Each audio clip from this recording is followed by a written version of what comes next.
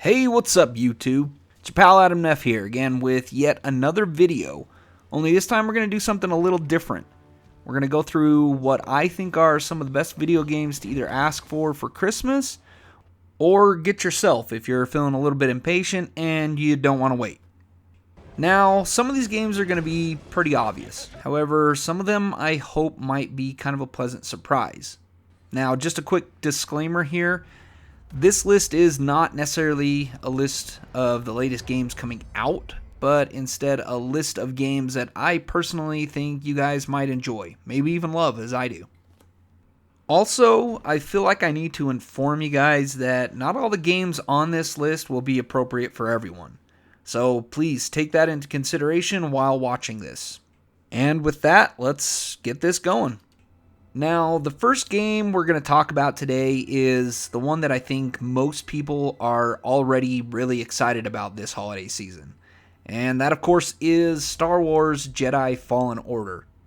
So, for now, I think it's probably a good idea to just kind of skip over the whole debate of whether or not EA was worthy of the opportunity to be part of this Star Wars game, especially after what happened with the whole Battlefront 2 fiasco, and instead let's just focus on this game and what it has to offer, which I kind of feel is a lot. Now, I'm going to have a more in-depth review on this game in the near future, but for now I can say that this game totally lives up to the hype. I personally feel that for so long it seems like we've been kind of starved for a good Star Wars game. Battlefront 2 should have been one of those games, but it wasn't. However, finally one has arrived, and I can say Respawn, the creators of Fallen Order, they've done an excellent job with this one, guys. The game starts out after Episode 3 with the eradication of the Jedi. The main character, Cal Kestis, is kind of hiding out right under the Empire's nose, doing odd jobs for them, cutting apart destroyed rebel ships and stuff, when he's suddenly found out for being a Jedi in hiding. From there, you progress through the game to take on the main antagonist, who's trying to hunt you down to completely fulfill Order 66, which was put into action at the end of Episode 3, Revenge of the Sith. Now, the game is well made and progresses quickly, throwing you straight into an epic situation where Cal must rise to the challenge of protecting and continuing the ways of the Jedi. Please keep in mind that this game is not Force Unleashed for those of you out there who have played that game, but instead this is a slower and more methodical approach to the idea of being a Jedi and using one's abilities, as opposed to going through and just crushing everything in your path with not a whole lot of effort, which is awesome in its own right. Don't get me wrong, guys. I love those types of games. This one is just a different style of game. To wrap it up, guys, this one is just a solid action-adventure based game all around, and it's definitely going to pull you in and immerse you in the world of Star Wars. It's kind of a no-brainer for anyone out there who's a big fan. I mean, let's be honest, who hasn't ever dreamt about running around with force powers and a lightsaber? Kids and grown-ups alike are going to have a blast with this one this holiday season and love it for years to come, I promise. Jedi Fallen Order is already available now for Xbox, PlayStation, and PC. The next game on this list is none other than Control. Now, I've already made a full review about this game, so if you're interested in a more in-depth look at Control, you should head on over and check it out. It's pretty good. So, Control takes you as the main character, Jesse Faden, into an epic world of complete mystery and suspense as she tries to track down what happened to her brother and find out what this organization, the Bureau of Control, had to do with it. The game almost instantly throws you into an interesting blend of action, suspense, and a small amount of horror mixed in with the ability to gain and use telekinetic powers to take on an invading force from an alternate dimension. This game harkens back to a simpler time in gaming where things were a little more straightforward and a little less about controlling every aspect of your character's development. What this game does really well is it allows you to dive into a deep, rich storyline that just seems to get stranger and stranger as you go along, pulling in inspiration from some of our favorite worlds like the X-Files or the Twilight Zone.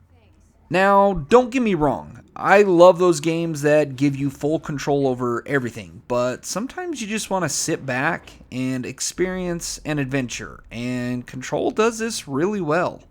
Control ends up being a no BS action adventure game that will completely suck you in and keep you engaged from the time you start the game to the second you beat it.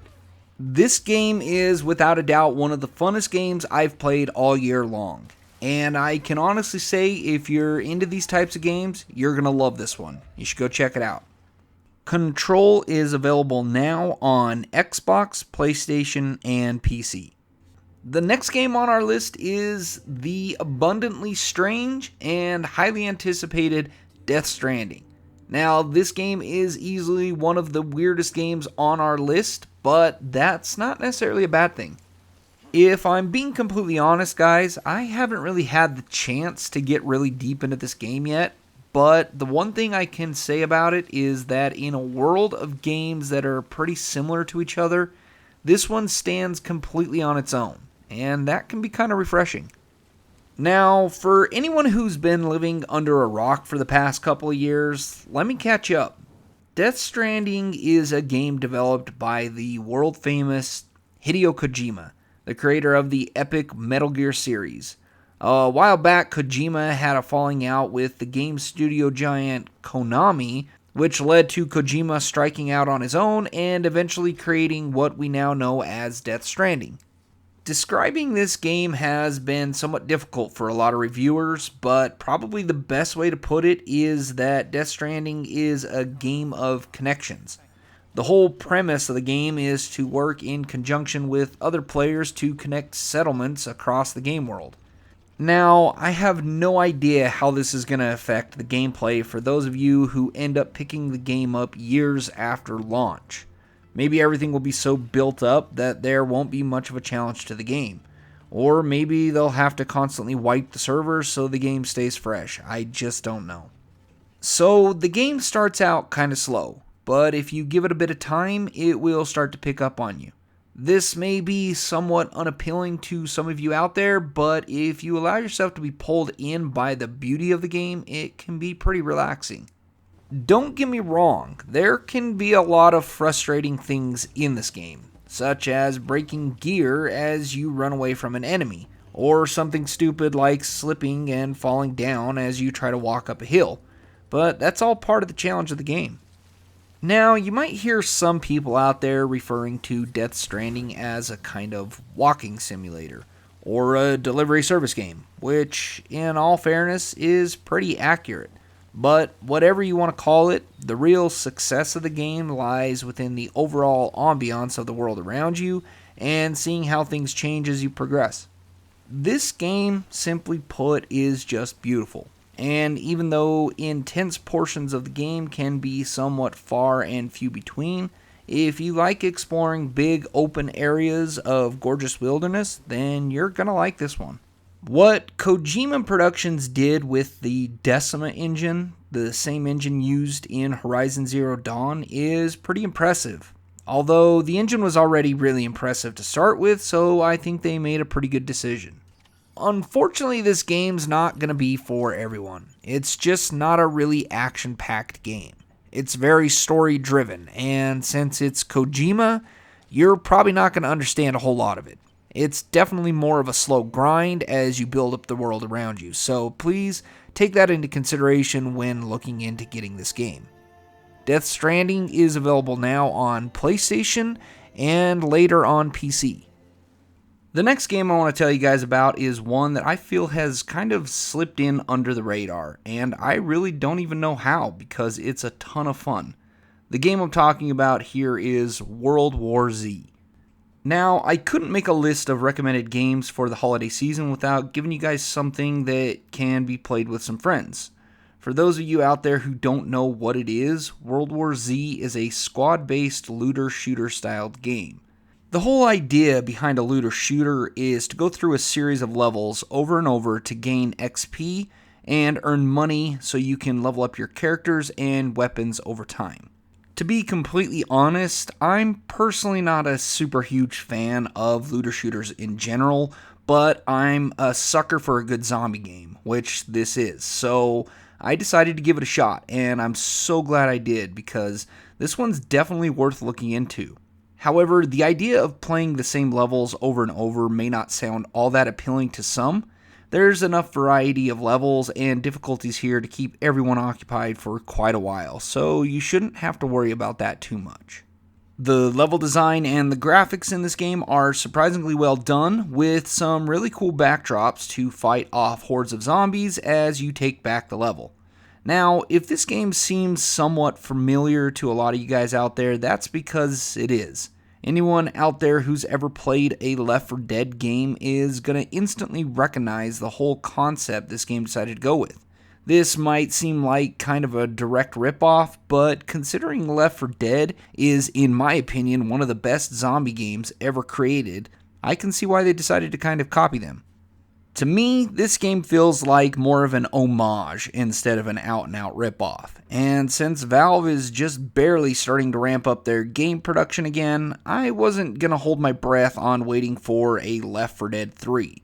I truly love this game, and I think you guys would too. I say it's definitely worth looking into. World War Z is available now on Xbox, PlayStation, and PC. Okay, now the last one on this list, but definitely not the least, is a game that I grew up playing. Well, kinda. It's a remake, but in the world of remakes, Resident Evil 2 stands out as one of the best. If I had to choose a game to be remade, this would absolutely be one of the ones at the top of my list. I seriously could spend 20 minutes talking about this game, but maybe I'll save that for a separate review. Now, this game isn't going to be for everyone. I'm just going to come right out and say that. If you're not a fan of a good, tense horror game, then maybe you should skip over this one. However, I literally can't say enough good things about this game. For anyone out there who's ever played a Resident Evil game before, you know exactly what I'm talking about. I mean, Resident Evil kind of created the whole zombie game genre.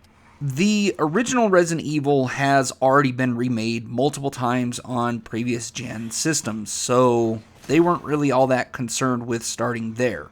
But instead, Capcom opted to go with Resident Evil 2, and I'm so glad they did. I loved this game when I was a kid, and playing through it this time around was only that much better. The only thing that Capcom really did with this game this time around was make literally everything better. The graphics, the voice acting, even slight variations in certain scenes lends to this game being as close to a perfect remake as you can get. Now, Capcom did some amazing things with the original game, but this time around they had their secret weapon, the RE engine, which was originally created for Resident Evil 7. Using the RE engine would allow them to bring Resident Evil 2 from the past and directly into the current day. Okay, so I realize this isn't exactly what you would call a festive game. However, the fun you're going to have with it is what makes this an excellent pick for almost anyone this holiday season. Resident Evil 2 is available now on Xbox, PlayStation, and PC. Okay guys, I think that's going to do it for me on this one today. This video has already gone much longer than I was planning, but I hope this list will help you guys out in making a decision on some games this holiday season. Now, please keep in mind that these are only just a few of the games out right now that I personally recommend. There's so many more, but if I were to put every game that I love into this video, it would go on forever. Once again, if you guys would like to see more videos like this, please feel free to subscribe. Also, if you guys have any comments on any games you're looking forward to this holiday season, throw it down in the comments. I really do like to hear what you guys have to say. Anyway, I'm going to take off. I'll catch you guys on the next one. See ya.